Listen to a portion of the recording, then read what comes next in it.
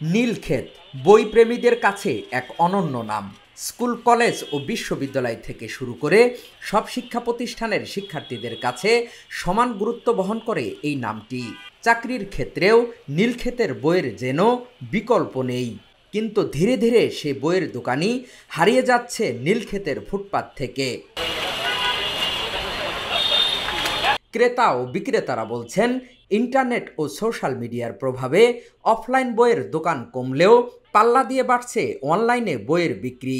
অনেকে আপনার বাসায় বসে অনলাইন বিজনেস করতেছে। যেমন একটা বই আমাদের কেনা 300 টাকা ধরেন, সেটা অনলাইনে পাওয়া যাচ্ছে 310 টাকা। ওদের দোকান নাই, ওরা বাসা বসে এখান থেকে বই নিচ্ছে, ওরা 300 টাকা কিনে বই নিচ্ছে। অথচ আমাদের দোকান, এখানে একটা দোকান আবার 80,000, 70,000, 50,000 আছে। 10 টাকা লাভ করলে তো চলবে না, এক্সট্রা খরচ আছে, সব কিছু মিলে অনেক খরচ আমাদের। ঠিক আছে, সেক্ষেত্রে আছে একটা দোকান দিয়ে বসলো, চালান দিয়ে বসলো, ব্যবসা প্রতিষ্ঠান দিয়ে বসতেছে, হয়তো সেটু মুনাফা পাচ্ছে না, যার কারণে এই দোকানগুলো আস্তে আস্তে অন্য ব্যবসা দিকে ঝুঁকছে। অনলাইনেও অনেক বই পাওয়া যায় এখন রকমারিতে, তো মানুষ দেখা গেছে ঘরে বসে বই পাচ্ছে ডেলিভারি চার্জ দিয়ে, তো যাতায়াত সমস্যা আর আসতে হচ্ছে না। কিন্তু বাহিরে অনেক টুকটাক অনেক জিনিস পাওয়া যায়, কম দামেও পাওয়া যায়, এর জন্য মানুষ এখানে আসে কেনাকাটা করতে।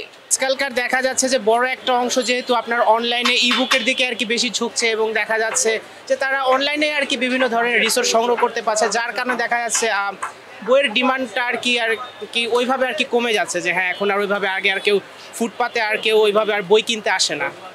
সো এই কারণে দেখা যাচ্ছে যে বইয়ের পরিমাণ বা বইয়ের দোকানের সংখ্যা আর কি এখানে তুলনামূলক আর কি এখন কম, যার কারণে এখন এই জায়গাটা দখল করে নিয়েছে আর কি অন্যান্য অ্যাক্সেসরিজের বিভিন্ন জিনিসপত্রের দোকানগুলো। আবার অনেক ক্রেতা জানান, ইউটিউব থেকে শুরু করে গুগলে পাওয়া যাচ্ছে বইয়ের বিনামূল্যের পিডিএফ, আবার অল্প দামেও কেনা যাচ্ছে বইগুলো।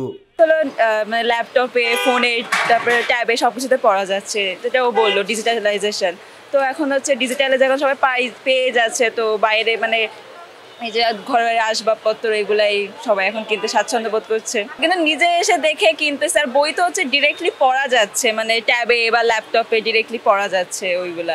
কিন্তু এখানে জিনিসপত্র দেখে কেনার মধ্যে দাম কমানো যাচ্ছে, করা যাচ্ছে। আর ওখানে তো তবুও দাম কেনা লাগতেছে, অনলাইনে করলেও তো কেনা লাগতেছে, বাট ট্যাবে বা অনলাইনে তো ফ্রিলি পড়া যাচ্ছে বইগুলা। গল্পের বই থেকে শুরু করে হলো মেডিকেল বা ইঞ্জিনিয়ারিং যে কোনো বই পাওয়া যাচ্ছে। আর ইউটিউবে এখন অনেক ভিডিও আছে যেখানে শিখায়ও দিচ্ছে, নোটও করা যাচ্ছে।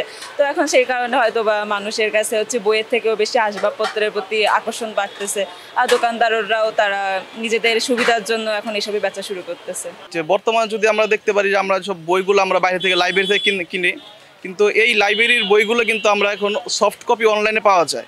হ্যাঁ, বিশেষ করে আমরা যদি আইএলটিএসের দিকে ফলো করি, তাহলে আইএলটিএসের যে বইগুলো থাকে 1 থেকে 9 পর্যন্ত, এগুলো ইউটিউবে বিভিন্ন ধরনের ক্লাস থাকে। তো মানুষ ওই ইউটিউবটাকে বেশি ফলো করে, এবং তাছাড়া হার্ড কপি বই দরকার আছে। কিন্তু আমরা যদি ইলেকট্রিক সামগ্রীগুলো দেখি, এগুলোর মার্কেট ভ্যালুটা চাহিদাটা বেশি, এগুলো কম দামে হলেও সেলটা বেশি হয়। তো যার কারণে মানুষ আর বেকার থাকে না, সবাই কম বেশি ছোট ছোট পুঁজি নিয়ে, অল্প পুঁজি নিয়ে তারা এই ব্যবসার মধ্যে নেমে যেতে পারে, এবং তাদেরটা ফ্যামিলির আর্নিং একটা সোর্স হয় আর কি। এ সময় নীলক্ষেতের ফুটপাতে দেখা যায়, যেখানে কয়েক বছর আগেও সারি সারি বইয়ের দোকান দেখা যেত, সেখানে এখন বিক্রি হচ্ছে ইলেকট্রনিক পণ্য, মোবাইল অ্যাক্সেসরিজ, খাবার, কসমেটিক্স ও বিভিন্ন নিত্য প্রয়োজনীয় মালামাল। বিক্রেতারা বলছেন, বই বিক্রিতে লাভ কম, তাই বাধ্য হয়ে পেশা পাল্টাচ্ছেন তারা। বইমেলা উপলক্ষে এখানে বইয়ের দোকান বেশি হয় আর কি, বই মেলা নাই, বেচা কেনা কম, এই কারণে বইয়ের দোকান কমে গেছে। বই তো সবসময় চলে, কিন্তু অনেকে অনেক কাজে চলে গেছে, বা দোকান ছাড়িয়ে দিছে, বিদেশে চলে গেছে, অন্য কোনো পেশা নিয়ে গেছে। আগের তুলনায় অনেকটাই কম, আগে যতটুকু সেল হইতো তার থেকে অনেক 50% কম হইতেছে। আগের তুলনায় সেল অনেকটাই কমে গেছে। রমজান মাস আসছিল তো ওই তুলনায় একটু কম আসছিল, এখন আবহাওয়া তো হালকা আস্তে আস্তে বাড়তেছে আগের তুলনা থেকে।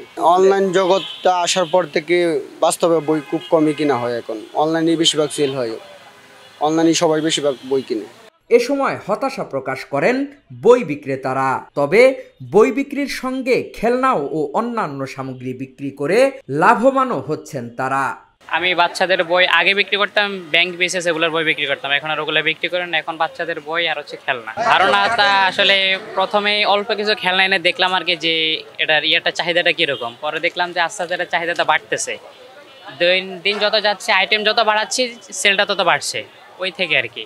আমার কাছে মনে হয় আমার দোকানে শুধুমাত্র খেলনা প্লাস বই দুটো আলহামদুলিল্লাহ সমান, কারণ বই অনেকে আবার বই পছন্দ করে আবার করে না, এরকম আর কি। এই লাইনে অনেকগুলো কিন্তু কম্পিউটার দোকান ছিল, এখন কিন্তু আপনার প্রায় কিন্তু বইয়ের দোকান হয়ে গেছে। কারণ হচ্ছে আপনার এখন ডিজিটাল সিস্টেম হয়ে গেছে, মোবাইলে সব কিছু হচ্ছে। তো এই কারণে আপনার আগে অ্যাপ্লাই করা যাইতে হচ্ছে, অ্যাপ্লাই করার জন্য এখানে আসতো, এখন কিন্তু মোবাইলে ঘরে বসে তারা করে ফেলতেছে।